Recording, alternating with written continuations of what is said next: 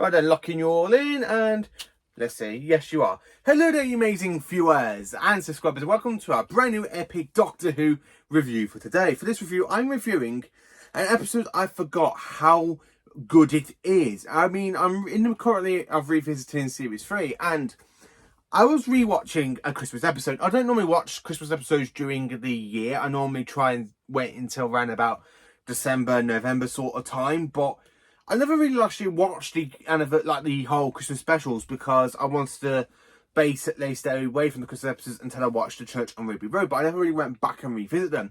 So when I was put on the Series 3 remastered, I was actually watching The Runaway Bride and really want to talk about how good this episode is. So here is my view on The Runaway Bride, my review on it.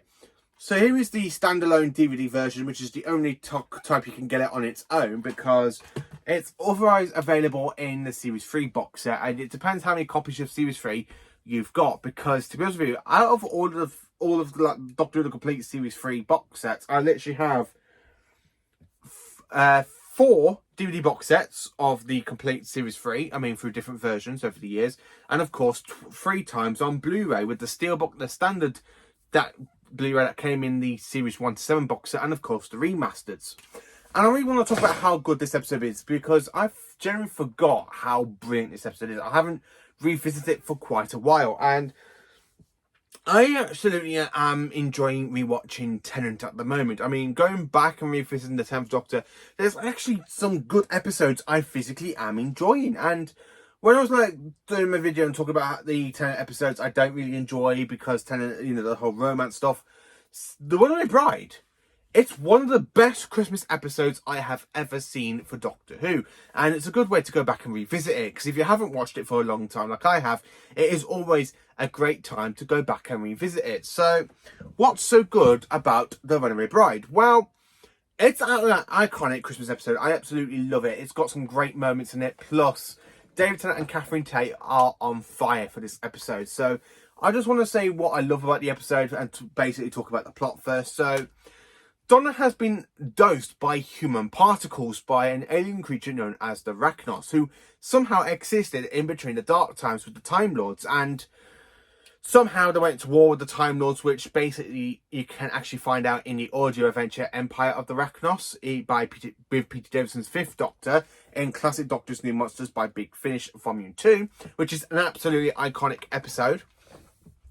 So to actually have this story setting off with basically Donna walking down the aisle and back to go and get married, and the human particles pull her into the TARDIS. So the last time we do see the 10th Doctor, he's kind of crying over Rose, and I don't really like the way how the Doctor's basically crying over the loss of a companion, considering how many companion departures we've had over the years by that point. So the fact that the Doctor's literally stopped crying over Rose, and you literally got Donna going, what? Who are you? But where am I? What the hell is this place? What? I really love the cliffhanger where she goes, I demand to know, where am I? You inside the TARDIS, the what? The TARDIS, the what? It's called the TARDIS, that's not even a proper word. You're just saying things. But how did you get in? Obviously, when you kidnap me. I absolutely love Catherine Tate because Donna, when she's playing Donna, she is feisty. It's very good to have a feisty companion, which is something I think the Doctor kind of needs once again. Considering that we had Catherine Tate return as Donna for the 60th anniversary. And I absolutely love Donna. And this is Donna's very first ever episode in Doctor Who, and it's iconic straight away. So the Doctor's trying to get her back to Earth so she can go to her wedding, after basically she slaps him across the face. And of course the TARDIS takes a little bit of a detour because she's digesting human particles that were basically shoved into Donna. So basically when they're going to around London trying to get cash so she can get back to her wedding, and of course the Doctor recognises the robot Santas as they're there playing in the streets of London, playing that stupid song that do do do do do do do do do.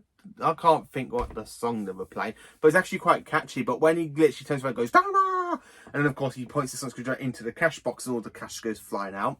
I love the whole scene with Donna realising she's being driven by a robot, and it's actually quite funny when she's there banging on the back of the taxi window saying, help me, somebody get me out, help me, I'm being driven by a robot. And of course out comes the TARDIS landing on basically the M5, M6 sort of thing. And I love the whole TARDIS spinning around cars and stuff and basically crashing into a bit of a back of a car and then jumps on top of the roof and basically just got David Tennant hanging outside the doors.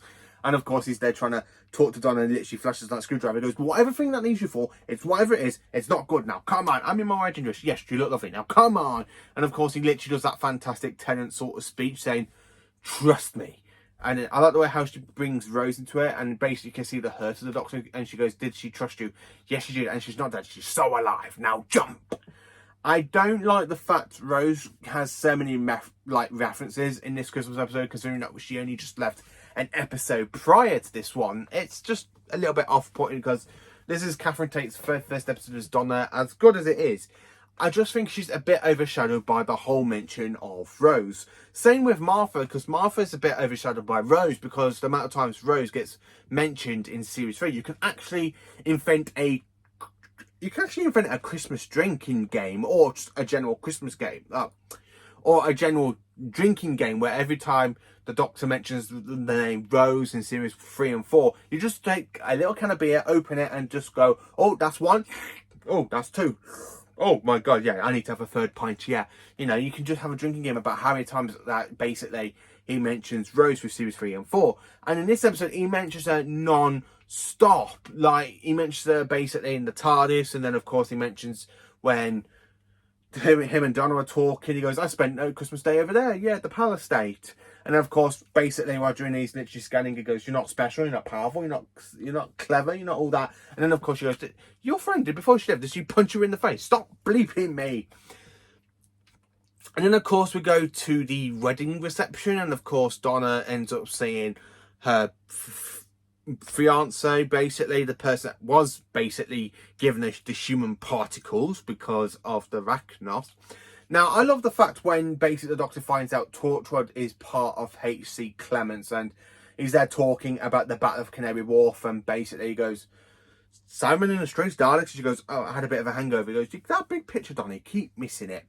You know, which is actually quite funny because the way how Catherine Tate's character Donna just mentions how many times Earth's been invaded by aliens over the past 2 years, since 2005, 6, and of course this is set in 2007, 8 sort of time period. And the fact that basically she's just there and mentioned, I slept. Or basically when she goes, I was in Spain. They had Cybermen in Spain. You know, I find that so funny, that kind of little references. And then, of course, when you get to the actual big thing with Arachnos, the big giant spider alien creature, played by a fantastic actress. I can't remember her name, and I'm sorry, somebody might have to tell me in the comment section who plays the Arachnos. She's done so brilliantly and so well done. I think I got a figure of the Arachnos, and I do. It's literally just by the edge of the TV, so I can't reach it at the moment. I absolutely love the Arachnos because she is an interesting villain, and of course, I love the whole TARDIS in the middle of space when I open it and you just go back before the Earth was created. And basically, when the Doctor finds out what the Arachnos is doing, he goes, they didn't just bury something at the centre of the Earth. They became the centre of the Earth. And of course, the TARDIS gets thrown back in time, all the way up. Basically, get thrown back through the time trucks into where they were before. And basically, when the Doctor hits the TARDIS with the hammer, it kind of dematerializes and basically having the extrapolator that we see the Margaret the Zephyr have in Boom Tomb. And of course, the Doctor used it in parting of the ways, and it hasn't really been seen since series 1. So it's quite nice to see the Doctor picking up the Excalibator, something like that, and he literally puts it on the TARDIS, which is actually quite cool.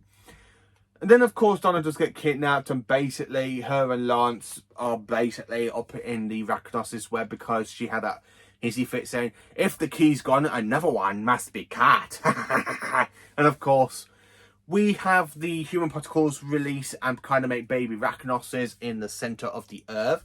And of course, the Rachnos, being the Rachnos, cuts Lance off and he goes falling in. And of course, he gets eaten by baby Rachnoses. And of course, the Doctor comes out of nowhere dressed as a robot, and she goes, you might as well undress, my little clever Doctor man. He goes, oh, all right then. And he literally goes, Donna, I'm going to vote. You're going to swing. Ah!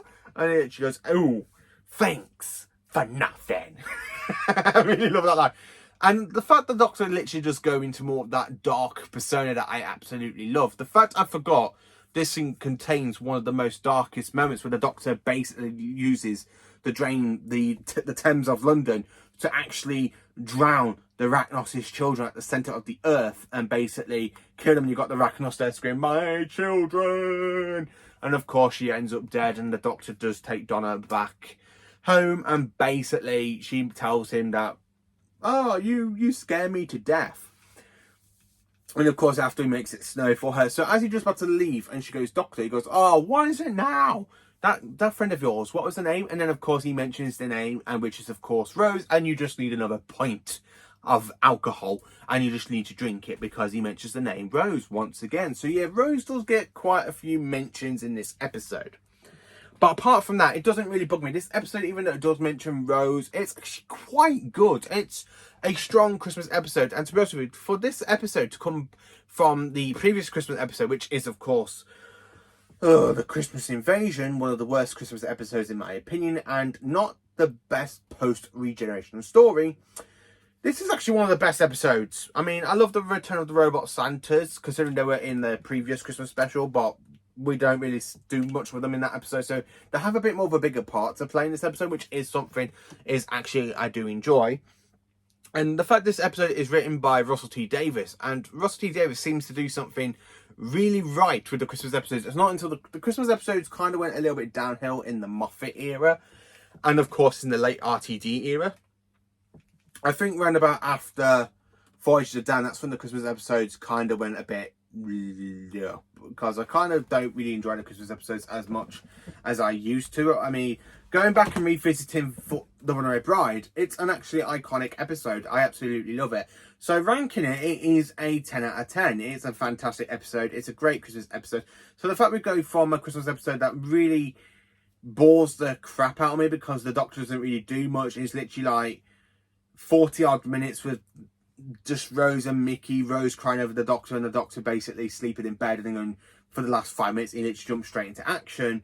And then of course this episode is just really so great to have an episode with the Doctor not being the Doctor. You know, he's so much like the Doctor, but the fact you got that darker element and he's literally drowning the Arachnos' children at the centre of the earth, it's very Doctorish moments. I can actually picture the 7th Doctor doing that, Sylvester McCoy, or basically like John Pertwee's Doctor. I can really imagine those Doctors kind of doing that. Mainly more McCoy's Doctor, technically. I can see a lot of McCoy's Doctor in the darker edges of the 10th Doctor. I don't know if it's because they're both Scottish or whatever, but I do, when I do see that scene with the Doctor basically just standing there with the building exploding and everything, and all the water's coming from the drains, and the Doctor's just standing there.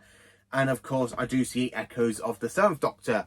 So yeah, I do quite enjoy this episode. It is fantastic. So what do you think of The Runaway Bride? Is it one that you want to revisit? Is it one that you do not want to revisit? Let me know in the comments. Please do like, subscribe and share, and join me for more awesome Doctor Who content.